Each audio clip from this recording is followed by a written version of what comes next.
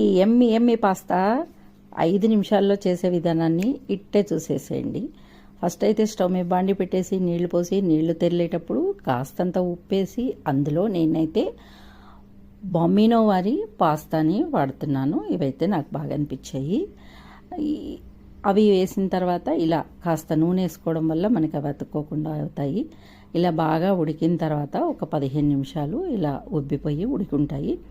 వాటిని మనం నీళ్ళన్నీ పోయేటట్టు తీసుకొని ఆ నీళ్ళని పక్కకు పెట్టుకుందామండి. అవి తర్వాత పనికొస్తాయి. ఇలా జల్లెల బుట్టలో వేసిన తర్వాత ఫ్రిడ్జ్ నీళ్ళు కానీ కుండ నీళ్ళు కానీ చల్ల నీళ్ళు మనకి ఏ అందుబాటులో ఉంటే అవి ఇలా వాటి మీద పోయడం వల్ల అవి అతుక్కోకుండా తర్వాతకి విడివిడిగా అవుతాయి. ఇప్పుడు మళ్ళీ స్టవ్ మీద బాండీ పెట్టేసేసి దానిలో కాస్తంత నూనె వేసి కాస్త జీలకర్ర, కొంచెం ఆవాలు, ఒక్క చిటికెడు పసుపు వేసుకొని ఇవి ఇలా చిటపట్లాడేటప్పుడు తరిగి పెట్టుకున్న పచ్చిమిరపకాయలు ఒక 4, ఒక పెద్ద ఉల్లిపాయ చిన్న ముక్కలుగా కట్ చేసుకొని అది కూడా వేసుకుందాం.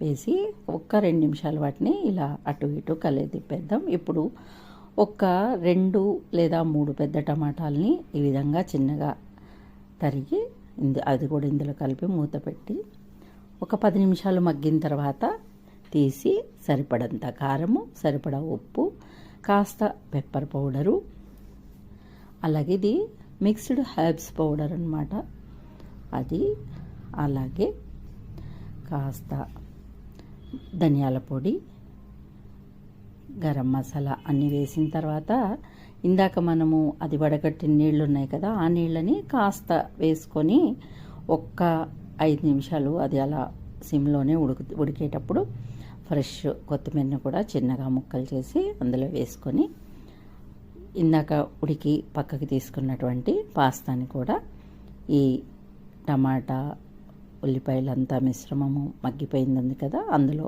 వేసి బాగా కలిపి నిమ్మకాయ కాస్త మనం అందులో కొంచెము పిండామనుకోండి ఫ్లేవర్ అనేది చాలా బాగా వస్తుంది.